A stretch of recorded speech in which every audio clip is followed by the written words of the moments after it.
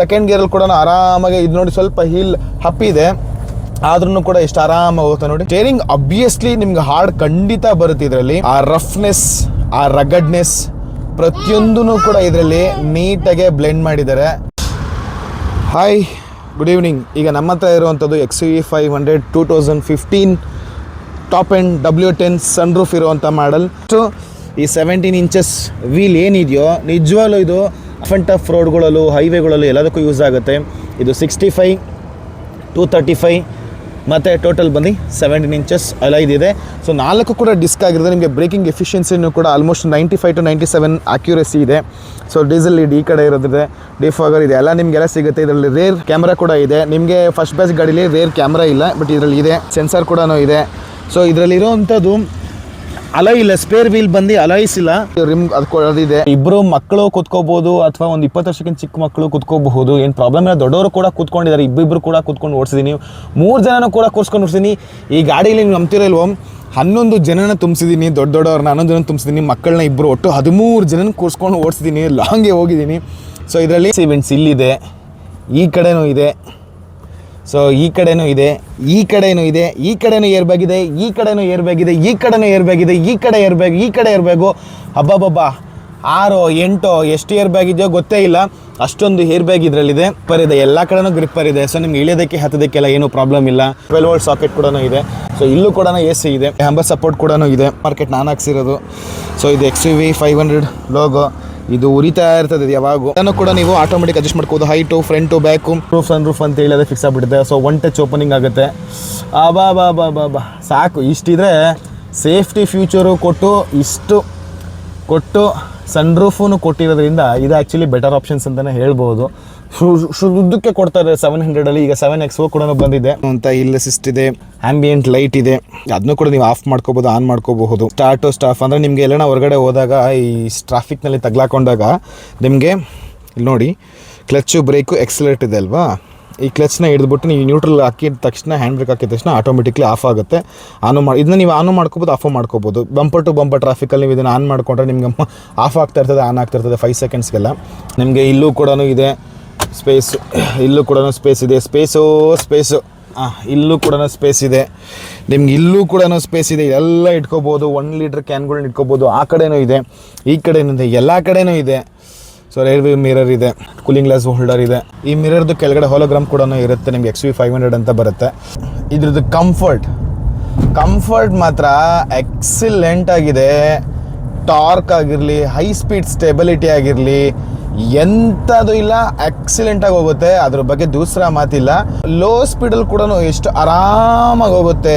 ಒಂಥರ ನಿರಾಯಾಸವಾಗಿರುತ್ತೆ ನಿಮಗೆ ಡ್ರೈವಿಂಗ್ ಮಾಡಬೇಕಾದಾಗ.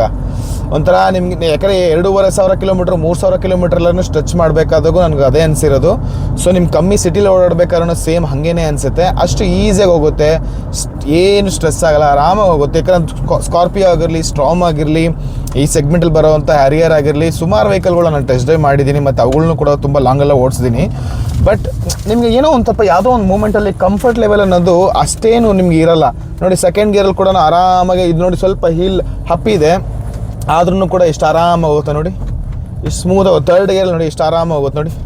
ಬಿಲೋ 30 ಆರಾಮಾಗಿ ಹೋಗ್ತಾ ಇದೆ, ಸ್ಮೂತಾಗಿ ಹೋಗ್ತಿದೆ. ಸ್ಟೇರಿಂಗ್ ಅಷ್ಟು ನಿಮ್ಗೆ ಹೋಗ್ತಾ ಸ್ಟೇರಿಂಗ್ ಅಬ್ವಿಯಸ್ಲಿ ನಿಮ್ಗೆ ಹಾರ್ಡ್ ಖಂಡಿತ ಬರುತ್ತೆ ಇದರಲ್ಲಿ, ಅದ್ರಲ್ಲಿ ದೂಸರ ಮಾತಿಲ್ಲ, ಇದ್ದೇ ಇದೆ ಇದರಲ್ಲಿ. XUV 500ದು ಒಂದು ಸ್ಪೆಷಾಲಿಟಿ ಏನು ಅಂತ ಹೇಳಿದ್ರೆ ಆ ರಫ್ನೆಸ್, ಆ ರಗಡ್ನೆಸ್ ಪ್ರತಿಯೊಂದೂ ಕೂಡ ಇದರಲ್ಲಿ ನೀಟಾಗೆ ಬ್ಲೆಂಡ್ ಮಾಡಿದ್ದಾರೆ. ಸೊ ನಿಮ್ಗೆ ಆ ಬ್ಯೂಟಿ ನಿಮಗೆ ಓಡಿಸ್ಬೇಕಾದ್ರೆ ನಿಮ್ಗೆ ಆ ಫೀಲ್ ನಿಜವಾಗ್ಲೂ ಗೊತ್ತಾಗುತ್ತೆ. ವಿಂಡ್ ನಾಯ್ಸ್ ಆಗಿರಲಿ, ಟೈರ್ ನಾಯ್ಸ್ ಆಗಿರಲಿ ಖಂಡಿತ ಇದೆ. ಕ್ಯಾಬಿನ್ ಒಳಗೂ ಕೂಡ ಫೀಲ್ ಆಗುತ್ತೆ. ಸೊ ಎಂಥ ಹೀಲ್ ಇರಲಿ, ಸ್ಲೋಪ್ ಇರಲಿ, ಏನೂ ಇರಲ್ಲ, ಎಲ್ಲನೂ ಕೂಡ ಆರಾಮಾಗಿ ಹೋಗುತ್ತೆ. ಅದ್ರ ಒಂಥರ ನಿಮ್ಗೆ ಅದನ್ನು ವರ್ಣಿಸೋಕ್ಕಾಗಲ್ಲ, ಅಷ್ಟು ಚೆನ್ನಾಗೆ. 2015ನೇ ಇಸ್ವಿ ಮಾಡಲ್, ಸೆಕೆಂಡ್ ಬ್ಯಾಚ್ ಆ್ಯಕ್ಚುಲಿ ಇದು. ಫಸ್ಟ್ ಬ್ಯಾಚ್ ಗಾಡಿನೂ ಹಿಂಗೆ ಇದೆ. ಬಟ್ ಮೈಲೇಜ್ ಇದು ಸಿಟಿನಲ್ಲಿ ಬಿಲೋ 12 ಕೊಡುತ್ತೆ. ಇಟ್ಸ್ ಡಿಪೆಂಡ್ಸ್ ಆನ್ ಡ್ರೈವಿಂಗ್, ನೀವು ಹೆಂಗೆ ಓಡಿಸ್ತಿರೋ ಹಾಗೆ. ನನಗಂತೂ ಇದೊಂದು 11 12 ಹಂಗೆ ಕೊಡುತ್ತೆ. ಸ್ವಲ್ಪ ಹೈವೇನಲ್ಲಿ ನೀವು 80 90 100 ಕ್ರೂಸ್ ಮಾಡಿದ್ರೆ 14 ಕೊಡುತ್ತೆ. ಅದೇ ನೀವೇನಾದರೂ 140+ ನೀವೇನಾದ್ರು ಓಡಿಸ್ತಿದ್ದೀನಿ ಅಂತ ಹೇಳಿದರೆ ನಿಮಗೆ ಒಂದು 12ರಿಂದ 13ವರೆಗೂ ನೀವು ಎಕ್ಸ್ಪೆಕ್ಟ್ ಮಾಡಬಹುದು. ಬಟ್ ನಾನು ಒಂದೇ ಒಂದು ಸಲ ಮಾತ್ರ ವೀಲ್ ಅಲೈನ್ಮೆಂಟ್ ಪ್ರಾಬ್ಲಮ್ ಆದಾಗ 100+ ಓಡ್ಸೋಕ್ಕಾಗಲಿಲ್ಲ ಅಂದ್ಬಿಟ್ಟು ಆವಾಗ ಲಾಸ್ಟ್ ಟೈಮ್ ಹೋದಾಗ 16ವರೆ 17ವರೆಗೂ ಕೊಟ್ಟಿತ್ತು. ಅದೇ ಫಸ್ಟು ಅದೇ ಲಾಸ್ಟು ಅಷ್ಟೊಂದು ನಾನು ನೋಡೋಕ್ಕೆ ಹೋಗಿಲ್ಲ. ಸೊ ಹಂಗಾಗಿ ಮೈಲೇಜ್ ಪರ್ಪಸ್ಗೋಸ್ಕರ ಅದನ್ನು ನೀವು ತಗೊಳ್ತಾ ಇದ್ರೆ ಈ ಗಾಡಿ ನಿಮ್ಮದಲ್ಲ.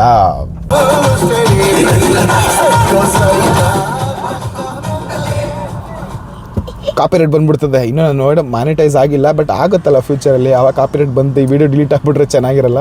ಸೊ ಹಂಗಾಗಿ ಹಾಕಲ್ಲ.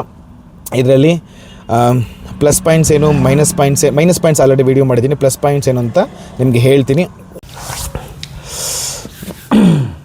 ಫಸ್ಟು XUV ಯಾಕೆ ನಾನು ಚೂಸ್ ಮಾಡಿದೆ, ಇದನ್ನು ಯಾಕೆ ನಾನು ತುಂಬ ದಿವಸ ಇಟ್ಕೊಂಡಿದ್ದೀನಿ ಅಂತ ನಿಮ್ಗೆ ಹೇಳ್ತೀನಿ. XUV 500ಅಲ್ಲಿ ನನಗೆ ಸಾಕಷ್ಟು ಇಷ್ಟ ಆಗಿರುವಂಥ ಪಾಯಿಂಟ್ಸ್ಗಳಿದೆ. ನೆಗೆಟಿವ್ ನಾನು ಲಾಸ್ಟ್ ವಿಡಿಯೋದಲ್ಲಿ ಹೇಳ್ತೀನಿ, ಅದನ್ನು ನೋಡಿ ಇವತ್ತು ಈ ವಿಡಿಯೋದಲ್ಲಿ ಹೇಳ್ತೀನಿ. ನಾನು ಆ್ಯಕ್ಚುಲಿ ನನಗೆ ಯಾವುದೋ ಒಂದು ತಿರುಪೇಶೋಕೆ ಅಂತ ಆದರೂ ಅಂದ್ಕೊಳ್ಳಿ, ಏನಾದರೂ ಅಂದ್ಕೊಳ್ಳಿ, 6 ತಿಂಗಳ ಒಂದು ಕಾರ್ನ ಚೇಂಜ್ ಮಾಡೋವಂಥ ಹುಚ್ಚು ಇದೆ. ಸೊ ಇದಕ್ಕೆ ನಾನು ಆಯ್ಕೆ ಮಾಡ್ಕೊಂಡಿದ್ದು ಯೂಸ್ಡ್ ಕಾರ್ಸ್. ಹೊಸ ಕಾರ್ನ ಚೇಂಜ್ ಮಾಡೋಕ್ಕೆ ಮನಸ್ಸು ಬರಲ್ಲ, ಯೂಸ್ಡ್ ಕಾರ್. ಆ ಯೂಸ್ಡ್ ಕಾರ್ನಲ್ಲೂ ಕೂಡ ಕರ್ನಾಟಕದಲ್ಲೇ ಫಸ್ಟ್ ನಾನು ಮಾಡ್ತಾ ಇದ್ದಿದ್ದು. ಅದೇ ಥರ 6 ತಿಂಗಳು 7 ತಿಂಗಳು, ಸಮ್ಟೈಮ್ಸ್ 3 ತಿಂಗಳಿಗೂ ಚೇಂಜ್ ಮಾಡಿದ್ದೀನಿ ನಾನೊಂದು ಕಾರ್ನ, ಈಕೋ ಸ್ಪೋರ್ಟ್ನ. ಹಾಗೆ ಇತ್ತು. ಬಟ್ ಆಮೇಲೆ ನಂಗೆ ಅರ್ಥ ಆಯಿತು, ಡೆಲ್ಲಿನಲ್ಲಿ ಇನ್ನೂ ಕಮ್ಮಿಗೆ ಸಿಗುತ್ತೆ, ಅಲ್ಲಿಂದ ತಂದು ರಿಜಿಸ್ಟ್ರೇಷನ್ ಮಾಡಿ ಸ್ವಲ್ಪ ಉಜ್ಜಾಡ್ಬಿಟ್ಟು ಆಮೇಲೆ ಇನ್ನೊಬ್ರಿಗೆ ಕೊಡಬಹುದು. ಸೊ ಹಿಂಗೆ ಅರ್ಥ ಮಾಡ್ಕೊಳ್ಳೋಕೆ ಶುರು ಮಾಡಿದೆ. ಸೊ ಈ ಒಂದು ಹ್ಯಾಬಿಟು, ಅದು ಚಟಾನು, ಶೋಕಿನೋ ಏನಾದರೂ ಅಂದ್ಕೊಳ್ಳಿ, ಇದು ನನಗೆ ಶುರು ಆಗಿಬಿಡ್ತು. ಹಾಗೆ ಶುರುವಾಗಿದ್ದು ಒಂದು ಚಿಕ್ಕ ಗಾಡಿ ಆಯಿತು, ಸೆಡಾನ್ ಆಯಿತು, SUV ಆಯಿತು, ಮೈಕ್ರೋ SUV ಆಯಿತು, ಕ್ರಾಸ್ ಓವರ್ ಆಯಿತು, ಎಲ್ಲ ಗಾಡಿಗಳ್ನ ಉಜ್ಜಾಡಿ ಮಾಡ್ತಿದ್ದೆ. ಒಂದು 6 ತಿಂಗಳು 7 ತಿಂಗಳು ಓಡಿಸ್ತಿದ್ದೆ. ಬಟ್ ಚೆನ್ನಾಗಿ ಮೈಂಟೈನ್ ಮಾಡ್ತಿದ್ದೆ. ಅದ್ರ ಬಗ್ಗೆ ತಂದಿದ್ದ ತಕ್ಷಣ ಯಾವುದೇ ಗಾಡಿ ಆಗಿರಲಿ ನೀಟಾಗಿ ಸರ್ವಿಸ್ ಮಾಡಿಸಿ ಎಲ್ಲ ಮಾಡಿಸಿ ನೀಟಾಗಿ ಇಟ್ಕೊಂಡ್ಬಿಡ್ತಿದ್ದೆ. ಏನೇ ಮೇಜರ್ ಇಶ್ಯೂಸ್ ಇದ್ದರೂ ಎಲ್ಲ ಕ್ಲಿಯರ್ ರೆಕ್ಟಿಫೈ ಮಾಡಿ ನೀಟಾಗಿ ರೆಡಿ ಮಾಡಿಸ್ಬಿಡ್ತಿದ್ದೆ. ಯಾಕಂದ್ರೆ ನಾನು ಓಡಿಸ್ತೀನಲ್ವ 6-7 ತಿಂಗಳು, ನನಗೂ ಮುಖ್ಯನೇ ಅಲ್ವ ಸೇಫ್ಟಿ. ಹಂಗಾಗಿ ಅದನ್ನ ಮಾಡ್ತಿದ್ದೆ. ಸೊ ಬಟ್ ಎಲ್ಲಿವರೆಗೂ ಮಾಡ್ತಿದ್ದೆ ಅಂತ ಹೇಳಿದ್ರೆ, ನನಗೆ XUV 500ದು ಫಸ್ಟ್ ಬ್ಯಾಚ್ ಗಾಡಿ, ಅಂದರೆ 2012 to 2015 ಮಿಡ್ವರೆಗೂ ಏನು ಬಂತೋ ಇದು ಫಸ್ಟ್ ಬ್ಯಾಚ್ ಗಾಡಿ ಅಂತ ಕರೆಯೋದು XUV 500. ಈ ಗಾಡಿ ನಾನು ನೋಡಿದಾಗ ನನಗೆ ಆ ಗಾಡಿ ತೊಗೊಳಕ್ಕೆ ನನಗೆ ಇಂಟ್ರೆಸ್ಟ್ ಇರಲಿಲ್ಲ. ಯಾಕಂದರೆ ಅದರಲ್ಲೂ ಯಾರೋ ಹೇಳಿದ್ರು ಸ್ವಲ್ಪ ಮೈಂಟೆನೆನ್ಸ್ ಜಾಸ್ತಿ ಬರುತ್ತೆ ಅಂತೆಲ್ಲ ಹೇಳಿದರು. ನಾನು ಹೇಳ್ತೀನಿ ಮೈಂಟೆನೆನ್ಸ್ ಬಗ್ಗೆ ಲಾಸ್ಟಲ್ಲಿ. ಸೊ ಹಂಗಾಗಿ ನಾನು ಅದನ್ನ ತಲೆಯಿಂದ ತೆಗೆದುಬಿಟ್ಟಿದ್ದೆ. ಮತ್ತು ನನಗೆ ರೇರ್ ವೀಲ್ ಡ್ರೈವ್ ಬೇಕಾಗಿದ್ದು, ಸ್ವಲ್ಪ ಆಫ್ ರೋಡ್ಗಾಗಿರಲಿ, ಸ್ವಲ್ಪ ರ್ಯಾಶ್ ಡ್ರೈವಿಗಾಗಲಿ ಹೆಲ್ಪ್ ಆಗುತ್ತೆ. ಸ್ವಲ್ಪ ಬಾಡಿ ರೋಲ್ ಇರುತ್ತೆ, ಬಟ್ ಫ್ಯಾಮಿಲಿಗೆ ಅದು ಕಂಫರ್ಟ್ ಇರೋಲ್ಲ. ಹಿಂಗೆಲ್ಲ ಅಂದ್ಕೊಂಡು ನಾನು ಕೆಲವು ಗಾಡಿಗಳನ್ನ ಸ್ಟ್ರಾಮ್ ಗಾಡಿ, ಇದು ಟಾಟಾ ಸಫಾರಿ ಸ್ಟ್ರಾಮ್ ಅಂತ ಬರುತ್ತೆ, ಅದು ನನಗೆ ತುಂಬ ಇಷ್ಟ ಆಗಿತ್ತು. ಪಜೆರೋ ಸ್ಪೋರ್ಟ್ಸ್ ಆಗಿಲ್ಲ, ತುಂಬ ದಿವಸ ನಾನು ಇಟ್ಕೊಂಡಿಲ್ಲ, ಒಂದು 6-7 ತಿಂಗಳು ಯೂಸ್ ಮಾಡಿ ಕೊಟ್ಬಿಟ್ಟಿದ್ದೆ. ಬಟ್ ನನಗೆ ತುಂಬ ಆಸೆ ಐತೆ, ನನಗೆ ಅದು ಪ್ರಾಪರ್ SUV ಗಾಡಿ. ಸೊ ನಿಮ್ಗೆ ರೇರ್ ವೀಲ್ ಡ್ರೈವ್ ಇರಬೇಕು, ಡೀಸೆಲ್ ಮ್ಯಾನ್ಯುವಲ್ ಆಗಿರಬೇಕು, ಅದನ್ನು ಆ್ಯಕ್ಚುಲಿ SUV ಅಂತ ಕರೆಯೋದು. ತುಂಬ ಜನ SUV ಅಂದರೆ ಹೈಟ್ ಇರೋ ಗಾಡಿಯೆಲ್ಲ SUV ಅಂದ್ಕೊಂಡ್ಬಿಡ್ತಾರೆ. ಬಟ್ SUVನೇ ಬೇರೆ ಅದು ಸೆಗ್ಮೆಂಟ್, ಅದು ಇನ್ನೊಂದು ವೀಡಿಯೋದಲ್ಲಿ ಹೇಳ್ತೀನಿ. ಹಿಂಗಿರಬೇಕಾದಾಗ ನನಗೆ XUV 500 ಪರಿಚಯ ಆಯಿತು. ಅದನ್ನು ಓಡಿಸಿದ್ದು ಫಸ್ಟ್ ಟೈಮು ನನಗೆ ಆ್ಯಕ್ಚುಲಿ ಡೆಲ್ಲಿ ಗಾಡಿ ನಾನು ಫಸ್ಟ್ ಓಡಿಸಿದ್ದು. ನಾನು ಇಲ್ಲಿ ನನ್ನ ಗಾಡಿನೇ ನಾನು ನೋಡಿಲ್ಲ. ಹೌದು, ನಾನು ಇಲ್ಲಿನ ಗಾಡಿನೇ ನಾನು ನೋಡಿಲ್ಲ. ನಾನು ಫಸ್ಟು ಮುಟ್ಟಿದ್ದೆ ಡೆಲ್ಲಿ ಗಾಡಿ. ಡೆಲ್ಲಿಗೆ ಹೋಗಿ ಅಲ್ಲೇ ಟೆಸ್ಟ್ ಡ್ರೈವ್ ಮಾಡಿದ್ದು ಫಸ್ಟು ನಾನು XUV 500. ನನಗೆ ಎಷ್ಟು ಒಂಥರ ಖುಷಿ ಆಯಿತು ಅಂತ ಹೇಳಿದ್ರೆ, ನನಗೆ ಅಲ್ಲಿವರೆಗೂ ಓಡಿಸಿರೋದ್ರಲ್ಲಿ ಒನ್ ಆಫ್ ದ ಬೆಸ್ಟ್ ಗಾಡಿ ಅಂತ ಅನಿಸ್ತು XUV 500. Seriously XUV 500 one of the best ಗಾಡಿ ಅಂತ. ಇಲ್ಲಾಂದರೆ ಅಷ್ಟು ಸೇಲ್ಸ್ ಆಗ್ತಿರಲಿಲ್ಲ. ಇವತ್ತು ಮಹೇಂದ್ರ ಇಷ್ಟು ಮಟ್ಟಿಗೆ ಸ್ಟ್ರಾಂಗಾಗಿ ಕಚ್ಕೋಬೇಕಂದ್ರೆ ಅದೇ ಕಾರಣ. ಈಗ ಹೆಂಗೆ ಟಾಟಾಗೆ ಕೆಲವುದಲ್ಲಿ ಅಪ್ಸ್ ಆ್ಯಂಡ್ ಡೌನ್ಸ್ ಇದೆ, ಒಂದೊಂದು ಗಾಡಿಗಳು ಪ್ಲಸ್ ಆಯಿತು, ಒಂದೊಂದು ಗಾಡಿಗಳು ಮೈನಸ್ ಆಯಿತು. ಬಟ್ ಟಾಟಾ ರೀಸ್ಟಾರ್ಟ್ ಆಗೋದಕ್ಕೆ, ರಿಫ್ರೆಶ್ ಆಗೋದಕ್ಕೆ 2 ಗಾಡಿ ಕಾರಣ. ಒಂದು ಟಿಯಾಗೋ, ಇನ್ನೊಂದು ನೆಕ್ಸಾನ್. ಈ 2 ಗಾಡಿಗಳು ಹಲ್ಚಲ್ ಮಾಡಿದ್ದು. ಆಮೇಲೆ ಹರಿಯರು, ಹೊಸದು ಸಫಾರಿ ಇವೆಲ್ಲ ಬಂದು ಭೂಮ್ ಆಯಿತು ಅಷ್ಟೇ. ಬಟ್ ಒಂದು ಕಾರು ಇರ್ತದೆ, ಆ ಕಾರು ಆ ಗಾಡಿನ ಎತ್ತಿದ್ದು. ಹಾಗೆ ಮಹೇಂದ್ರನೂ ಕೂಡ ಬುಲೆರೋ, ಇವೆಲ್ಲ ಇತ್ತು, ಥಾರ್ ಇವೆಲ್ಲನೂ ಇತ್ತು. ಬಟ್ XUV 500 ಎತ್ತಿದಷ್ಟು ಇನ್ಯಾವ ವೆಹಿಕಲ್ಲು ಎತ್ತಿಲ್ಲ. ಅದೇನು ಕಾರಣ ಅಂತ ನನಗೆ ಆ ಗಾಡಿ ಓಡಿಸಿದ್ಮೇಲೆ ನನಗೆ ಅರ್ಥ ಆಯಿತು. ಅಷ್ಟು ಕಂಫರ್ಟ್ ಲೆವೆಲ್. ಫಸ್ಟ್ ಪಾಯಿಂಟ್ ಬಂದು ಕಂಫರ್ಟ್. ನಾನು ಡೆಲ್ಲಿಯಿಂದ ಫಸ್ಟು XUV 500 ಓಡಿಸ್ಕೊಂಬರ್ಬೇಕಾದ್ರೆ ನಾನು ಬೇರೆ ಗಾಡಿನೂ ಓಡಿಸಿದ್ದೀನಿ, ಬೇರೆ ಮರ್ಸಿಡೀಸ್ ಎಲ್ಲನೂ ಓಡಿಸಿದ್ದೀನಿ. ಬಟ್ ಅದಕ್ಕಿಂತನೂ ಒಂದು ಡಿಫ್ರೆಂಟು ಒಂಥರ ಫೀಲಿಂಗ್ ಕೊಟ್ಟಿದ್ದು ನನಗೆ ಫಸ್ಟು XUV 500 ಡ್ರೈವಬಿಲಿಟಿಯಲ್ಲಿ. ಆ್ಯಂಡ್ ಸೆಕೆಂಡ್ ಥಿಂಕ್, ಆ ಪ್ರೈಸ್ ಬ್ರ್ಯಾಕೆಟ್ನಲ್ಲಿ ಒಳ್ಳೊಳ್ಳೆ ಫ್ಯೂಚರ್ಗಳು. ಈವನ್ ಫಸ್ಟ್ ಬ್ಯಾಚ್ ಗಾಡಿನಲ್ಲೂ ಸ್ಟಾರ್ಟ್ ಸ್ಟಾಪ್ ಇತ್ತು, ಕ್ಲಚ್ ಹಿಡಿದ್ರೆ ಆಫ್ ಆಗೋದು, ಕ್ಲಚ್ ಹಿಡಿದ್ರೆ ಆನ್ ಆಗೋದು, ಅದು ಬಂದಿತ್ತು. ಆ್ಯಂಬಿಯೆಂಟ್ ಲೈಟು ಮತ್ತು ಹೊಲೋಗ್ರಾಮ್ ಲೈಟ್ಗಳು, ಮತ್ತು ಫುಲ್ ಪ್ರಾಪರ್ ಲೆದರ್ ಸೀಟ್ಸ್ಗಳು, ಹೇರ್ ಬ್ಯಾಗ್ಸು 4, 5, 6, 8 ಏರ್ ಬ್ಯಾಗ್ಸ್ಗಳು ಬಂದಿದ್ದು, ಅಪ್ರೈಟ್ ಪೊಸಿಷನ್ಗಳು, ಮತ್ತು ತೀರಾ ಸಾಫ್ಟು ಅಲ್ಲ, ತೀರಾ ಹಾರ್ಡು ಅಲ್ಲ, ಆ ಥರ ಸಸ್ಪೆನ್ಷನ್ ಸೆಟಪ್ಪು ನೋಡೋದಕ್ಕೆ ಅಗ್ರೆಸಿವ್ ಆಗಿ ಕಾಣಿಸುತ್ತೆ. ಆ್ಯಕ್ಚುಲಿ 700 ನಿಮಗೆ ಕ್ಲಾಸಿಯಾಗಿ ಕಾಣಿಸುತ್ತೆ, ನಿಮ್ಗೆ ಒಂಥರ ಕ್ಯೂಟಾಗಿ ಕಾಣಿಸುತ್ತೆ. ಬಟ್ ಇದು XUV 500 ನಿಮಗೆ ಕ್ಯೂಟಾಗಿ ಕಾಣಿಸಲ್ಲ, ನಿಮ್ಗೆ ಒಂಥರ ಅಗ್ರೆಸಿವ್ ಅಂತ. ಚೀತಾ ಅದು ಆ್ಯಕ್ಚುಲಿ ಫಾರ್ಮೆಟ್ ಬಂದೇ ಚೀತಾ ಇನ್ಸ್ಪೈರ್ ಆಗೇ ಮಾಡಿರೋದು. ಸೊ ಹಂಗಾಗಿ ಆ ಚೀತಾ ಇನ್ಸ್ಪಿರೇಷನ್ ಇವೆಲ್ಲ ತೊಗೊಂಡಾಗ ಒಂಥರ it's a very beautiful plus aggressive ಅಂತ ಅನ್ನಿಸ್ತು. ಮತ್ತು ನಾನು ಡೆಲ್ಲಿನಲ್ಲಿ ಓಲ್ಡ್ ಡೆಲ್ಲಿಗೆ ಹೋಗಿದ್ದು, ಅಲ್ಲಿ ಸ್ವಲ್ಪ ಕಂಜೆಸ್ಟೆಡ್ ಏರಿಯಾಗಳ, ಬಟ್ ಗ್ರೌಂಡಿಗೆ ಕರ್ಕೊಂಡು ಹೋಗಿದ್ದೆ, ಅವನದ್ದು ಕರ್ಕೊಂಡು ಹೋಗಿದ್ದು ತೋರಿಸೋದಕ್ಕೆ. ಅಲ್ಲಿ ನನಗೆ ಓಡಿಸಿದಾಗ ಸ್ವಲ್ಪ ಗಿಫ್ಟ್ ಎಲ್ಲ ಮಾಡಿದಾಗ ಅಕ್ಯುರೇಟ್ ಆಗಿತ್ತು, ಸಖತ್ ಅಕ್ಯುರೇಟ್ ಆಗಿತ್ತು. ನಂಗೆ ಅನಿಸಿದ್ದು ಒಂದೇ ಸ್ವಲ್ಪ ಸ್ಟೇರಿಂಗು ಹಾರ್ಡ್ ಇದೆ ಅಂತ ಅನಿಸ್ತು. ನಾನು ಈ ಸಿಸ್ಟಮಲ್ಲೇ ಪ್ರಾಬ್ಲಮ್ ಇದೆ ಅಂತ ಅಂದ್ಕೊಂಡಿದ್ದೆ, ಬಟ್ ಬೇರೆ 2-3 ಗಾಡಿಗಳು ನೋಡಿದಾಗ ಕೂಡ ಅದು ನಾರ್ಮಲಾಗಿ ಸ್ವಲ್ಪ ಗಟ್ಟಿ ಇದೆ, ಹಾರ್ಡಿದೆ. ಕ್ಲಚ್ಚು ಬ್ರೇಕು ಎಲ್ಲನೂ ಅಷ್ಟೇ, ಅದು ಗೇರ್ ಬಾಕ್ಸು ಎಲ್ಲನೂ ಹಾರ್ಡ್ ಬರುತ್ತೆ. ಅದು ತೀರಾ ಆ್ಯಕ್ಚುಲಿ ಅವೆಲ್ಲ ಪವರ್ ಸ್ಟೇರಿಂಗ್ಗೆ, ಬಟ್ ಆದರೂ ಕೂಡ ಸ್ವಲ್ಪ ಹೈಡ್ರಾಲಿಕ್ಸ್ ಅದು ಬೇಸ್ ಆಗಿರೋದ್ರಿಂದ ಸ್ವಲ್ಪ ಹಾರ್ಡ್ನೆಸ್ ಇರುತ್ತೆ. It's okay. ಬಟ್ ಅದು ನೋಡಿದೆ, ಮತ್ತು ಸೇಫ್ಟಿ ನೋಡಿದೆ, ಕ್ವಾಲಿಟಿ ಎಲ್ಲ ನೋಡಿದಾಗ ನನಗೆ ಒಂಥರ ನೋಡೋಣ ಈ ಸಲ ಟ್ರೈ ಮಾಡೋಣ, ಈ ಗಾಡಿ ನೋಡೋಣ. ಆ್ಯಕ್ಚುಲಿ ನಾನು ಆ ಟೈಮಲ್ಲಿ ತೊಗೊಳಕ್ಕೆ ಹೋಗಿದ್ದೇ ಬೇರೆ ಗಾಡಿ, XUV 500 ಇರಲಿಲ್ಲ. ಬಟ್ ಅದು ತೊಗೊಳಕ್ಕೆ ಹೋದಾಗ ನನಗೆ ಅದು ಆ್ಯಕ್ಚುಲಿ ಸಖತ್ ಇಷ್ಟ ಆಗುತ್ತೆ. ಸರಿನಾ, ಒಂದು ಡ್ರೈವಬಿಲಿಟಿ ಆಯಿತು.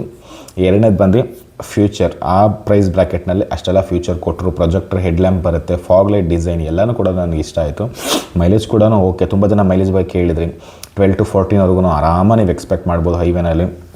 ಈವನ್ ಏನಾನ 80-90 ಹಿಂಗೆ ಕ್ರೂಸ್ ಮಾಡುವಂತಹ ಅಭ್ಯರ್ಥಿಗಳಾಗಿದ್ದರೆ ನಿಜವಾಗ್ಲೂ ನೀವು 15 ಮೇಲೂ ಕೂಡ ನೀವು ಎಕ್ಸ್ಪೆಕ್ಟ್ ಮಾಡಬಹುದು ಡೀಸೆಲ್ನಲ್ಲಿ.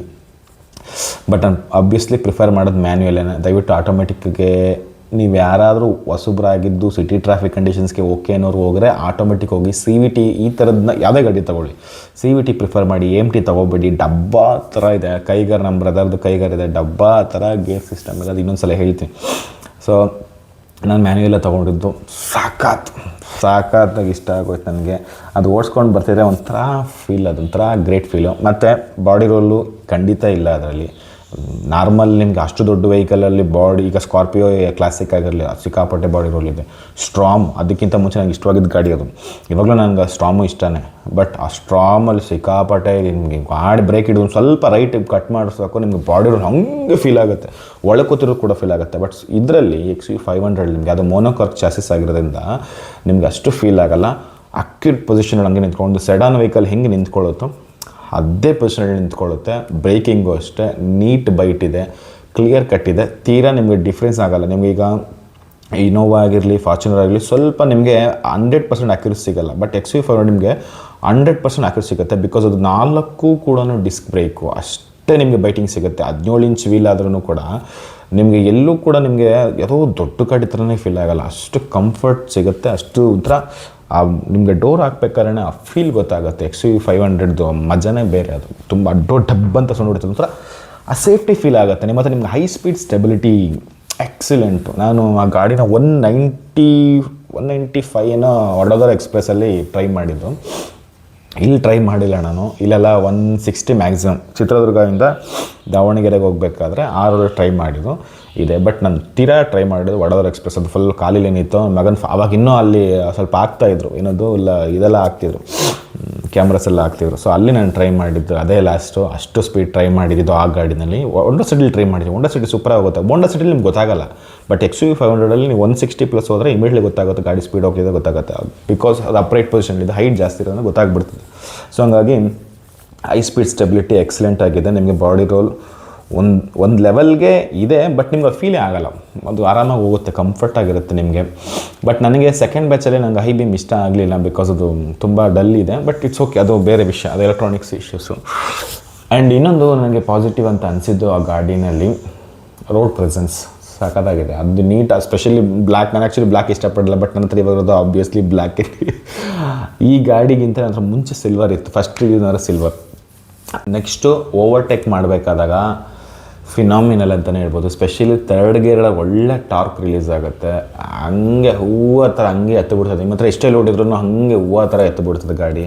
ಅಷ್ಟರ ಮಟ್ಟಿಗೆ ನೀವು ಆಟ ಆಡ್ಬೋದು. ಮತ್ತು ತುಂಬ ಜನ ಕೇಳಿದರೆ ರ್ಯಾಶ್ ಡ್ರೈವ್ ಮಾಡ್ಬೋದಾ ಅದರಲ್ಲಿ ಅಂತ. ಖಂಡಿತ ಮಾಡಬಹುದು. ಬಟ್ ನಾನು ಆ್ಯಕ್ಚುಲಿ ನಾನು ಹೇಳೋಂಗಿಲ್ಲ, ಆ್ಯಕ್ಚುಲಿ ಅದು ಇಲ್ಲೀಗಲ್ ಪಾಯಿಂಟ್ಸ್. ಬಟ್ ಮಾಡಬಹುದು, ಮಾಡೋದನ್ನ ಮಾಡ್ಬೋದು. XUV 700ನಲ್ಲಿ ಆ ಥರ ಮಾಡೋ ಥರದ್ದು ಇದ್ರೂ ಕೂಡ ಮಾಡೋದಕ್ಕೆ ಮನಸ್ಸು ಬರಲ್ಲ. ಬಿಕಾಸ್ ಫುಲ್ಲು ಗ್ಲಾಸಿ, ಸಾಫ್ಟ್ ಇದೆ, ಸಾಫ್ಟ್ ಟಚ್ ಇದೆ. ಬಟ್ 500ಅಲ್ಲಿ ನಿಮಗೆ ಚಚ್ಚಿ ಕೆಡಬಹುದು, ಹಂಗೆ ಮಾಡ್ಬೋದು. ಬಟ್ ಏನಂತ ಹೇಳಿದ್ರೆ ನೀವು ಚೆನ್ನಾಗಿ ಮೇಂಟೈನ್ ಮಾಡಬೇಕು, ಅದು ತುಂಬ ಇಂಪಾರ್ಟೆಂಟ್ ಆಗುತ್ತೆ. ಯಾಕಂದರೆ ನಿಮ್ಗೆ ಅದರಲ್ಲಿ ಹೆವಿ ಲೋಡೆಡ್ ಬರುತ್ತೆ, ಆಲ್ಮೋಸ್ಟ್ ಅದು 2,000 kg ಇಂತ ಸ್ವಲ್ಪ ಜಾಸ್ತಿ. ನೀವು ಅದು ಇದೆಲ್ಲ ಹಾಕ್ಸಿದ್ರೆ ಎಕ್ಸ್ಟ್ರಾ ಜಾಸ್ತಿನೇ ಆಗುತ್ತೆ. ಮತ್ತು ಲೋಡ್ ಎಲ್ಲ ಸೇರಿಸಿ 2,000 kgಗಿಂತ ಜಾಸ್ತಿ ಇರೋವಂಥ ಗಾಡಿ ಅದು. ಸೊ ಅದು ಲೋಡ್ ಜಾಸ್ತಿ ಇರ್ತದೆ. ಸ್ಪೇರ್ ಪಾರ್ಟ್ಸ್ಗಳು, ಒಳಗಡೆ ಎಲೆಕ್ಟ್ರಾನಿಕ್ಸ್ಗಳಾಗಿರಲಿ, ಪ್ರತಿಯೊಂದೂ ಕೂಡ ಮೆಟಲ್ ರಿಲೇಟೆಡ್ ಜಾಸ್ತಿ ಅಂಶಗಳಿರೋದ್ರಿಂದ ಸೊ ನಿಮಗೆ ರಸ್ಟಿಂಗ್ ಇಶ್ಯೂಸ್ಗಳು ಫಸ್ಟ್ ಬ್ಯಾಚ್ ಗಾಡಿಗಳು ಸ್ವಲ್ಪ ಜಾಸ್ತಿ ಇದೆ. ಮತ್ತು ಎರಡನೇದು ಬಂದು ನಿಮ್ಗೆ ಅದು ವೆಯ್ಟ್ ಜಾಸ್ತಿ ಇರೋದ್ರಿಂದ ನಿಮಗೆ ಆ ಫುಲ್ಲು ನುಗ್ಗುತ್ತೆ ಗೊತ್ತಾ, ನಿಮಗೆ ಅಗ್ರೆಸಿವ್ ಆಗಿ ಗೊತ್ತಾ, ಅದು ಗಾಡಿ ಮಜ್ಜನೇ ಬೇರೆ. ಮತ್ತು ಇನ್ನೊಂದು ಆ ಗಾಡಿ ಸ್ಪೆಷಾಲಿಟಿ ಪಾಸಿಟಿವಲ್ಲಿ ಏನು ಅಂತ ಹೇಳಿದ್ರೆ ನಿಮ್ಗೆ ಆಲ್ಮೋಸ್ಟ್ 60-70 ಹೋಗೋಷ್ಟೊತ್ತಿಗೆ ನೀವು 6th ಗೇರ್ ಆರಾಮಾಗಿ ಓಡ್ಬೋದು. ಅಷ್ಟು ನಿಮಗೆ ಅದು ಹೆಂಗೆ ಅಂದರೆ ಹೈ ಸ್ಪೀಡಲ್ಲಿ ಓಡಿಸೋಕ್ಕೂ ಚೆನ್ನಾಗಿದೆ, ಲೋ RPM ಓಡಿಸೋದಕ್ಕೂ ಚೆನ್ನಾಗಿದೆ. ಎರಡರಲ್ಲೂ ಕೂಡ ಕಂಫರ್ಟ್ ಝೋನ್ನ ಕ್ರಿಯೇಟ್ ಮಾಡುತ್ತೆ ಅದು. ಸೊ ನೀವೇನಾದ್ರೂ ಎಂತೂಸಿಯಾಸ್ಟಿಕ್ಕಾಗಿ ಓಡಿಸ್ತೀನಿ ಅಂದ್ರೂ ಅದು ನಿಮ್ಗೆ ಸೆಟ್ ಆಗುತ್ತೆ. ಇಲ್ಲ ನಾನು ಕ್ಲಾಸಾಗಿ ಓಡಿಸ್ತೀನಿ ಅಂದ್ರೂ ಅದು ನಿಮ್ಗೆ ಸೆಟ್ ಆಗುತ್ತೆ. ಇಲ್ಲ ನಾನು ಸ್ವಲ್ಪ ಓವರ್ ಸ್ಪೀಡ್ ಓಡಿಸ್ತೀನಿ ಅಂದ್ರೂ ಸೆಟ್ ಆಗುತ್ತೆ. ಎಲ್ಲದಕ್ಕೂ ಸೆಟ್ ಆಗುತ್ತೆ ಅಂತ ಒಂದು ಗಾಡಿ ಆ ಮಹೀಂದ್ರದಲ್ಲಿ 500. ಬೇರೆ ಇದೆ ಬೊಲೆರೋ ಅವೆಲ್ಲ ಇದೆ, ಅವೆಲ್ಲ ನಿಮಗೆಲ್ಲ ಓವರ್ ಸ್ಪೀಡ್ ಅವೆಲ್ಲ ಹೋಗಲ್ಲ, ಅವೆಲ್ಲ ಒಂದು ಲೆವೆಲ್ಗೆ ಹೋಗುತ್ತಷ್ಟೆ. ಇನ್ನು ಹಿಲ್ಸ್ನಲ್ಲಿ ಇದ್ರ ಪರ್ಫಾರ್ಮೆನ್ಸ್ ಹೆಂಗೆ ಅಂದರೆ ಅದು ಕೂಡ ಟಾಪ್ ನಾಚ್. ಎಂತೆಂಥ ಅಪ್ಪಲ್ಲೆಲ್ಲ ಹೊಡೆದ್ಬಿಟ್ಟಿದ್ದೀನಿ. ಆ ಊಟಿಲ್ಲ, ಅದು ಯಾವುದೋ ಕ್ಯಾಥರಿನ್ ಫಾಲ್ಸೋ ಯಾವುದೋ ಅದು ಮುಚ್ಚಿಬಿಟ್ಟಿದ್ರು, ಅದು ಹೋಗ್ಬಿಟ್ಟಿತ್ತು. ಅದು ನೋಡ್ರೆ ಪಾತಾಳ ಇದ್ದಂಗೆ ಐತಿ ಯಪ್ಪ. ಅದು ನೋಡ ಮೀಟ್ರ್ ಆಫ್ ಹೋಗ್ಬೇಕಾದ್ರೆ ಇಷ್ಟೇ ಅದು ಆ ಕಾರ್ ಎಷ್ಟು ಹೋಗುತ್ತೆ ಅಷ್ಟೇ ಜಾಗ ಇದೆ, ಅಷ್ಟೇ ಜಾಸ್ತಿನೇ ಇಲ್ಲ. ಆದ್ರೂ ಕೂಡ ಅಷ್ಟು ಒಳಗೆ ಹೋಗಿ ಕೂಡ ಮೇಲೆ ಆರಾಮಾಗಿ ಅಸಾಲ್ಟಾಗಿ ಬರ್ತದೆ, ನೀಟಾಗಿ ಬರ್ತದೆ, ಏನೂ ಇಲ್ಲ, ಸೂಪರಾಗಿ ಬರ್ತದೆ. ಅದು ಫಸ್ಟ್ ಬ್ಯಾಚ್ಗಳೇ ನಾನು ಹೇಳ್ತಿರೋದು. ಸೆಕೆಂಡ್ ಬ್ಯಾಚ್ಗೆ ಹೋದರೆ ಇನ್ನೂ ಸೆಕೆಂಡ್ ಬ್ಯಾಚಲ್ಲಿ ನಾನು ಅದು ಹೋಗಿರಲಿಲ್ಲ. ಬಟ್ ಫಸ್ಟ್ ಬ್ಯಾಚಲ್ಲಿ ಅದು ಆರಾಮಾಗಿ ಬರ್ತದೆ, ಸೆಕೆಂಡ್ ಬ್ಯಾಚಲ್ಲಿ ಇನ್ನೂ ಸೂಫ್ಟಾಗಿ ಹೋಗುತ್ತೆ. ಫಸ್ಟ್ ಬ್ಯಾಚಲ್ಲಿ ನಿಮ್ಗೆ ಏನಾಗುತ್ತೆ, ನಿಮಗೆ ಸ್ವಲ್ಪ ಗೇರ್ ಚೇಂಜ್ ಮಾಡಬೇಕಾದ್ರೆ ಗೇರ್ದು ರೇಷಿಯೋ ಸ್ವಲ್ಪ ದೊಡ್ಡದಿದೆ. ಅದು ನಿಮಗೆ ಗೇರ್ ನಾಬ್ದು ರೇಷಿಯೋ ಸ್ವಲ್ಪ ನಿಮಗೆ ಸ್ವಿಫ್ಟು ಈ ಗಾಡಿಗಳೆಲ್ಲ ಓಡಿಸೋರಿಗೆ ತುಂಬ ಲೆಂತ್ ಅಂತ ಅನಿಸುತ್ತೆ ನಿಮಗೆ ಗೇರ್ ಶಿಫ್ಟ್ ಮಾಡಬೇಕಾದ್ರೆ. ಆಬ್ವಿಯಸ್ಲಿ ದೊಡ್ಡ ಗಾಡಿಗಳೆಲ್ಲ ಹಾಗೇ ಬರೋದು. 6 ಸ್ಪೀಡ್ ಫ್ರಂಟ್ ಇರುತ್ತೆ, 1 ರಿವರ್ಸ್ ಇರುತ್ತೆ. ಸೊ ನಿಮ್ಗೆ ಇನೋವಾದಲ್ಲಿ ಅಲ್ಲೆಲ್ಲ 5 ಸ್ಪೀಡೇ ಬರೋದು, ಇದರಲ್ಲಿ 6 ಸ್ಪೀಡ್ ಬರುತ್ತೆ. ನಿಮಗೆ ಮೈಲೇಜ್ ಕಂಪೇರ್ ಮಾಡಿದ್ರೆ ಇನೋವಾ ಕಂಪೇರ್ ಮಾಡಿದ್ರೆ ಇದರಲ್ಲೂ ಜಾಸ್ತಿನೇ ಬರುತ್ತೆ. ಪರ್ಫಾರ್ಮೆನ್ಸ್ ವೈಸ್ ಕೂಡ ಚೆನ್ನಾಗಿದೆ. ಅದು ಬಂದು ನಿಮಗೆ 2.5 ಲೀಟ್ರು, ಇದು ಬಂದು ನಿಮಗೆ 2.2 ಲೀಟರ್ ಎಮ್ಹಾಕ್ ಇಂಜಿನ್ ಬರುತ್ತೆ. ನಿಮಗೆ PS ಚೆನ್ನಾಗಿದೆ, ಟಾರ್ಕು ಚೆನ್ನಾಗಿದೆ, ನಿಮ್ಗೆ ಓವರಾಲ್ ಇಂಜಿನ್ ಕ್ವಾಲಿಟಿ ಎಕ್ಸಲೆಂಟ್ ಆಗಿದೆ, ಏನು ದೂಸರ ಮಾತಿಲ್ಲ. ಏನಪ್ಪ ಬರೀ ಪ್ಲಸ್ಸೇ ಹೇಳ್ತಾ ಇದೆಯಾ, ಮೈನಸ್ ಖಂಡಿತ ಇಲ್ವಾ? ಖಂಡಿತ ಇದೆ, ಅದನ್ನು ಇವಾಗ ಹೇಳ್ತೀನಿ. ಮೈನಸ್ಸು ಬ್ಲೈಂಡ್ ಸ್ಪಾಟ್, ನಾನು ಆಲ್ರೆಡಿ ಒಂದು ವೀಡಿಯೋದಲ್ಲಿ ಹೇಳಿದ್ದೇನೆ. ಬ್ಲೈಂಡ್ ಸ್ಪಾಟ್ ದೊಡ್ಡ ಗಾಡಿ ಇರೋದ್ರಿಂದ ಅದು ಸ್ವಲ್ಪ ಮೆಟಲ್ ಗಾಡಿಗಳು ಅವೆಲ್ಲ ಸ್ವಲ್ಪ ಈ A ಪಿಲ್ಲರ್ ಆಗಿರಲಿ B ಪಿಲ್ಲರ್ ಆಗಿರಲಿ ಯಾವ ಪಿಲ್ಲರ್ ಎಲ್ಲರೂ ಸ್ವಲ್ಪ ನಿಮಗೆ ಹೆವಿ ಮಾರ್ಜಿನಲ್ ಬರುತ್ತೆ. ಅದು ನಿಮಗೆ ವೀಡಿಯೋದಲ್ಲಿ ಹಾಕ್ತೀನಿ ನಾನು ನೋಡಿಬೇಕಾರೆ. ಹೆವಿ ಮಾರ್ಜಿನಲ್ ಬರುತ್ತೆ. ನಿಮಗೆ ಸಡನ್ನಾಗಿ ಹೈ ಸ್ಪೀಡಲ್ಲಿ ನೀವು ಟರ್ನ್ ಮಾಡಬೇಕಾದಾಗ ನಿಮಗೆ ಬ್ಲೈಂಡ್ ಸ್ಪಾಟ್ ಖಂಡಿತ ಅದು ಕಾಣಿಸ್ಕೊಳ್ಳುತ್ತೆ. ನಿಮಗೆ ತುಂಬ ಸ್ಲೋ ಮಾಡಿ ನೀವು ಫುಲ್ ನೀಟಾಗೆ ನೋಡಲೇಬೇಕು ರೋಡ್ನ, ಅಷ್ಟರ ಮಟ್ಟಿಗೆ ಇರುತ್ತೆ. ಅದಕ್ಕಿಂತ ಮುಂಚೆ ನಾನು ಡಸ್ಟರ್ ಓಡಿಸಿದ್ದೀನಿ. ಡಸ್ಟರಲ್ಲಿ ನಿಮಗೆ ಸ್ಪ್ಲಿಟ್ಸ್ ಇದಿತ್ತು, ಗ್ಲಾಸ್ ಇತ್ತು, ಕ್ವಾರ್ಟರ್ ಗ್ಲಾಸ್ ಅಂತ, ಅದರಲ್ಲಿ ನಿಮ್ಗೆ ಕಾಣಿಸ್ಬಿಡೋದು. ಬಟ್ ಇದರಲ್ಲಿ ಹಂಗಿಲ್ಲ. ಸೊ ಇದು ನನಗನ್ಸಿದ್ದು ನೆಗೆಟಿವ್. ನೆಕ್ಸ್ಟ್ ಬಂದು ಫಸ್ಟ್ ಬ್ಯಾಚ್ ಕಡೆಯಲ್ಲಿ ಪ್ರೊಜೆಕ್ಟೆಡ್ ಲ್ಯಾಂಪು ಹೈ ಬೀಮು ತುಂಬ ಅಕ್ಯುರೇಸ್ ಆಗಿ ಬೀಳ್ತಿತ್ತು. ಪ್ರೊಜೆಕ್ಟರ್ ಆ್ಯಕ್ಚುಲಿ ಲೋ ಬೀಮ್ ಬರುತ್ತೆ, ಹೈ ಬೀಮ್ ಬರುತ್ತೆ, ನಾರ್ಮಲ್ ಬಂದು ಲೋ ಬೀಮ್ ಬರ್ತದೆ. ಬಟ್ ಸೆಕೆಂಡ್ ಬ್ಯಾಚ್ ಕಡೆಯಲ್ಲಿ ಉಲ್ಟಾ ಮಾಡಿ ಪ್ರೊಜೆಕ್ಟ್ರಲ್ಲಿ ಲೋ ಬೀಮ್ ಕೊಟ್ಟು ಈ ಮಾಮೂಲಿ ಗ್ಲಾಸ್ನಲ್ಲಿ ಹೈ ಬೀಮ್ ಕೊಟ್ಟಿರೋದ್ರಿಂದ ಅದೇನಾಗುತ್ತೆ, ಸಿಟಿಗೆ ಚೆನ್ನಾಗಿದೆ. ಬಟ್ ಹೈವೇ ಹೋದಾಗ ಏನಾಗುತ್ತೆ, ನೀವು ಹೈವೇನಲ್ಲಿ ಸ್ವಲ್ಪ ಬ್ರೈಟ್ನೆಸ್ ಇರೋಂಥ ಲೈಟ್ಗಳೆಲ್ಲ ಹಾಕ್ದಾಗ ನಿಮಗೆ ಫುಲ್ಲು ಕೆಳಗೆ ಬೀಳ್ತದೆ. ಒಂದು ಹೆಚ್ಚು ಕಮ್ಮಿ ಒಂದು 50 ಅಡಿವರೆಗೂ ಅಷ್ಟೇ ಹೋಗೋದು. 50ರಿಂದ 60 ಅಡಿ ಹೋದರೆ ಮ್ಯಾಕ್ಸಿಮಮ್ ಅಷ್ಟೇ. ನೀವು ಒಂದು 120ವರೆಗೂ ಓಡಿಸ್ಬೋದು ಅಷ್ಟೆ. ಅದ್ರ ಮೇಲೆ ಓಡ್ಸೋಕ್ಕಾಗಲ್ಲ. ನೈಟಲ್ಲಿ ತುಂಬ ಡಾರ್ಕ್ ಇರೋದ್ರಲ್ಲೂ ಓಡಿಸ್ಬೋದು ಅಷ್ಟೇ. ಬಟ್ ನಿಮಗೆ ಆಪೋಸಿಟ್ ಲೈಟ್ಗಳು ಬರ್ತಿದೆ. ಮಾಮೂಲಿ ಹೈವೇನಲ್ಲಿ ಓಡಿಸಿದ್ದೀನಿ, ಗಿಡಗಳು ಕಮ್ಮಿ ಇದೆ, ಆಪೋಸಿಟ್ ಲೈಟ್ ಬರ್ತಿದ್ರೆ ನೀವು 100 ಅದೇ ಮ್ಯಾಕ್ಸಿಮಮ್, ಅದ್ರ ಮೇಲೆ ಓಡಿಸೋದಕ್ಕಾಗಲ್ಲ. ಇದು ನನಗೆ ಸೆಕೆಂಡ್ ಬ್ಯಾಚ್ ಕಡೆಯಲ್ಲಿ ನೆಗೆಟಿವ್ ಅಂತ ಅನಿಸಿದ್ದು. ಆ್ಯಂಡ್ ಥರ್ಡ್ ಬಂದು ಇದು very very important, maintenance cost. ಇದು ಹೇಳ್ಬೇಕಾದ್ರೆ ನನಗೆ ನಗು ಬರ್ತದೆ. XUV 500 ಮೈಂಟೈನ್ ಮಾಡೋದು, 700 ಮೈಂಟೈನ್ ಮಾಡೋದು ಎರಡೂ ಒಂದೇ. ಎರಡೂ ಸ್ವಲ್ಪ ಮೈಂಟೆನೆನ್ಸ್ಗೆ ಸ್ವಲ್ಪ ಜಾಸ್ತಿ ಇರುತ್ತೆ. ಯಾಕೆ ಅಂತ ಹೇಳಿದ್ರೆ ಇದೆಲ್ಲ ಸ್ವಲ್ಪ ನಿಮಗೆ high quality space, high quality mechanical ಪಾರ್ಟ್ಸ್ಗಳನ್ನ ಯೂಸ್ ಮಾಡೋದ್ರಿಂದ ಅದನ್ನು ಬಿಚ್ಚಿ ಅದನ್ನೇ ಹಾಕಬೇಕು. ನೀವು ಬೇರೆ ಯಾವುದನ್ನೂ ಆಲ್ಟ್ರ್ ಮಾಡೋದಕ್ಕಾಗಲ್ಲ. ಒಂದು ಬ್ರೇಕ್ ಪೈಪು ಒಡೆದೋದ್ರೂ ಕೂಡ, ಒಂದು ಲೀಕೇಜ್ ಆದ್ರೂ ಕೂಡ ಫುಲ್ ಬ್ರೇಕ್ ಪೈಪೇ ಚೇಂಜ್ ಮಾಡಬೇಕು. ನಿಮ್ಗೆ ಅದು ಬ್ರೇಕ್ ಪೈಪು ನಿಮಗೆ ಬೇರೆದ್ರಲ್ಲೆಲ್ಲ ನಿಮಗೆ ₹100 ₹150 ಆದರೆ ಇದರಲ್ಲಿ ನಿಮಗೆ ₹350 ಇರ್ತದೆ. ಸೊ ಇಷ್ಟು ಡಿಫ್ರೆನ್ಸ್ನ ನೀವು ಕಾಣಿಸ್ಬೋದು XUV 500ನಲ್ಲಿ. ಇದೊಂದು ಎಕ್ಸಾಂಪಲ್ ಅಷ್ಟೇ. ಇದೇ ಥರ ಸಾಕಷ್ಟಿದೆ. ಸೊ ಎಲ್ಲನೂ ಅಷ್ಟೇ. ಮತ್ತು ಎಲೆಕ್ಟ್ರಾನಿಕ್ಸ್ಗಳು ಇದರಲ್ಲಿ ಜಾಸ್ತಿ ಇರೋದ್ರಿಂದ ಸೊ ನಿಮಗೆ ಸ್ವಲ್ಪ ಆ ಒಂದು ವಿಷಯದಲ್ಲಿ ಏನಾದರೂ ಹೆಚ್ಚು ಕಡಿಮೆ ಆಯಿತು ಅಂತ ಹೇಳಿದ್ರೆ ನಿಮಗೆ ಫುಲ್ ಇನ್ಫೋಟೈನ್ಮೆಂಟ್ ಸಿಸ್ಟಮ್ನೇ ನೀವು ಚೇಂಜ್ ಮಾಡಬೇಕಾಗುತ್ತೆ, ಅಥವಾ ಇನ್ಫೋಟೈನ್ಮೆಂಟ್ನೆಲ್ಲ ತೆಗಿಬೇಕಾಗುತ್ತೆ. ಏನು ಬೇಕಾದ್ರೂ ಆಗ್ಬೋದು. ಮತ್ತು ಇದರಲ್ಲಿ ಕಂಪೇರ್ ಟು ಬೇರೆ ಆ ಸೆಗ್ಮೆಂಟಲ್ಲಿ ಬರುವಂಥ ಬೇರೆ ಗಾಡಿಗಳು ಕಂಪೇರ್ ಮಾಡಿದ್ರೆ ಸ್ವಲ್ಪ ಸೆನ್ಸರ್ಗಳು, ಎಲೆಕ್ಟ್ರಾನಿಕ್ಸ್ಗಳು ಇದರಲ್ಲಿ ಜಾಸ್ತಿ ಇದೆ. ಸೊ ಹಂಗಾಗಿ ಅದನ್ನು ಕೂಡ ನಿಮಗೆ ಎಕ್ಸ್ಟ್ರಾ ಹೊರೆ ಆಗಬಹುದು. ನೆಕ್ಸ್ಟು ಬನ್ನಿ ಸಸ್ಪೆನ್ಷನ್. ಇದ್ರ ಸಸ್ಪೆನ್ಷನ್ ಕಂಪೇರ್ ಟು ಸ್ಕಾರ್ಪಿಯೋ ಆಗಿರಲಿ ಅಥವಾ ಸ್ಟ್ರೋಮ್ ಆಗಿರಲಿ, ಇನ್ನು ಆ ಸೆಗ್ಮೆಂಟಲ್ಲಿ ಬರುವಂಥ ಯಾವುದೇ ಆಗಿರಲಿ, 7 ಸೀಟರ್ ಗಾಡಿಗಳು ಯಾವುದೇ ಆಗಿರಲಿ, ಪ್ರೈಸ್ ಸ್ವಲ್ಪ ಜಾಸ್ತಿ ಇದೆ. ಓಕೆ. ಆ್ಯಂಡ್ ಅಲಾಯ್ಸು ಅಷ್ಟೇ, ಅದು ಎಷ್ಟು ಕ್ವಾಲಿಟಿ ಇದೆಯೋ ನೀವು ಅದನ್ನು ಏನೋ ಡ್ಯಾಮೇಜಸ್ ಆಗಲ್ಲ ಸಾಧಾರಣವಾಗಿ, ಅದಾದರೂ ಕೂಡ ಅದರದ್ದು ಕಾಸ್ಟು ಮತ್ತು ನಿಮ್ಗೆ ಹೊರೆನೇ ಜಾಸ್ತಿನೇ ಆಗುತ್ತೆ. ಅಫ್ಕೋರ್ಸ್ 17 ಇಂಚ್ ಟೈರ್ ಇರೋದ್ರಿಂದ ನಿಮಗೆ ಟೈರ್ ಕೊಡೋದು ಅದು ಬಿಡಿ, ಅದು ಎಲ್ಲ ವೆಹಿಕಲಲ್ಲೂ ಸರ್ವೇ ಸಾಮಾನ್ಯವಾಗಿ ಇರುತ್ತೆ. ಸೊ ಮತ್ತು ಇನ್ನೊಂದೇನು ಅಂತ ಹೇಳಿದ್ರೆ ಇದ್ರದ್ದು ಫಾಗ್ ಲೈಟ್ದು ಕವರ್ ಒಡೆದೋಗಿತ್ತು. ನಾನು ಲಾಸ್ಟ್ ಟೈಮ್ ನಿಮ್ಗೆ ಹೇಳಿದೆ, ತೋಟದಲ್ಲಿ ಒಂದು ಇದಾಯಿತು, ಆಕ್ಸಿಡೆಂಟ್ ಆಯಿತು, ಹುಡುಗ ಇದು ಮಾಡಿದ ಮರಕ್ಕೆ ಅಂತ. ಸೊ ಅಲ್ಲಿ ಒಂದು ಫಾಗ್ ಲೈಟ್ ಹೊಡೆದೋಗಿ, ಫಾಗ್ ಲೈಟ್ ಮೇಲೆ ಇರೋಂಥ ಕವರ್, ಒಂದು ಚಿಕ್ಕ ಕವರ್ ಒಡೆದೋಗಿರೋದಕ್ಕೋಸ್ಕರನೇ ಅದನ್ನ ಒಂದೊಂದು ಚೇಂಜ್ ಮಾಡೋಕ್ಕೆ 1100 ರೂಪಾಯಿ. ಇದೇ ಎರ್ಟಿಗಾದಲ್ಲಿ ಏನೋ ಒಂದು ಪ್ಲಾಸ್ಟಿಕ್ದು ಚಿಕ್ಕದು ಫಾಗ್ ಲೈಟ್ ಕ್ಯಾಪ್ ಹೊಡೆದೋಗಿದ್ದಾಗ ಕೇವಲ 250 ರೂಪಾಯಿಗೆ ಹಾಕ್ಕೊಟ್ಟಿದ್ರು. ನಾನು ಹೇಳ್ತಿರೋದು OEMದೆಲ್ಲ ಲೋಕಲ್ ಹೇಳ್ತಿರೋದು. ಆ ಲೋಕಲ್ಲೇ 1100 ರೂಪಾಯಿ.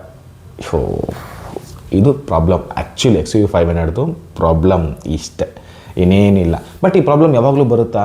ಇದು ಆ್ಯಕ್ಚುಲಿ ಪಾಯಿಂಟ್. ನಿಮಗೆ ಬೇರೆ ಬೇರೆ ಗಾಡಿಗಳು ಆಗಾಗ ಬರುತ್ತೆ, XUV 500ನಲ್ಲಿ ಆಗಾಗ ಬರಲ್ಲ. ಬಂದರೆ ಹಿಂಗೆ ಬರುತ್ತೆ ಅಷ್ಟೇ, ಇಲ್ಲಾಂದರೆ ಬರೋದಲ್ಲ.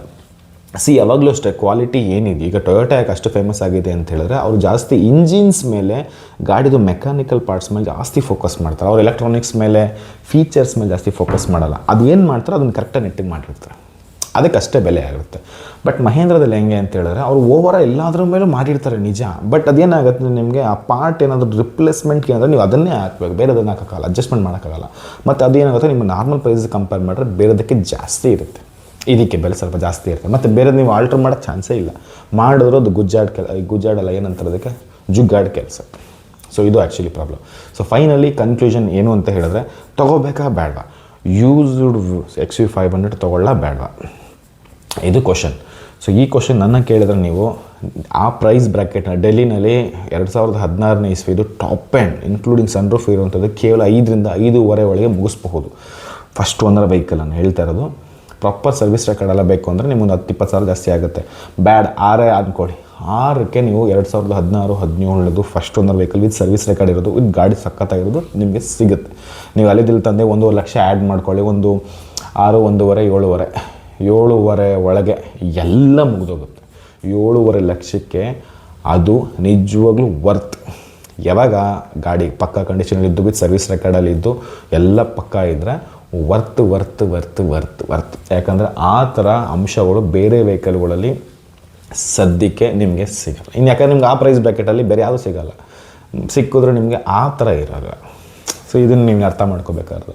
ನಿಮಗೆ ಒಳ್ಳೆ ಡ್ರೈವಬಿಲಿಟಿ, ಬಾಡಿ ರೋಲ್ ಇರಬಾರ್ದು, ಬಟ್ 7 ಸೀಟ್ ಇರಬೇಕು, ಅಪ್ರೈಟ್ ಪೊಸಿಷನಲ್ಲಿ ಬೇಕು, ಒಳ್ಳೆ ಹೈಟ್ ಇರಬೇಕು, ಟಾಲ್ ಬಾಯ್ ಆಗಿರಬೇಕು, ವಿತ್ ಸನ್ರೂಫು ಇರಬೇಕು. ಸನ್ರೂಫ್ ಅಂದರೆ ತುಂಬ ದೊಡ್ಡದೇನು ಬರಲ್ಲ, ಸ್ವಿಮ್ಮಿಂಗ್ ಫೂಲ್ ಥರ ಏನಿರಲ್ಲ, ಚಿಕ್ಕದಾಗೆ ಇರ್ತದೆ.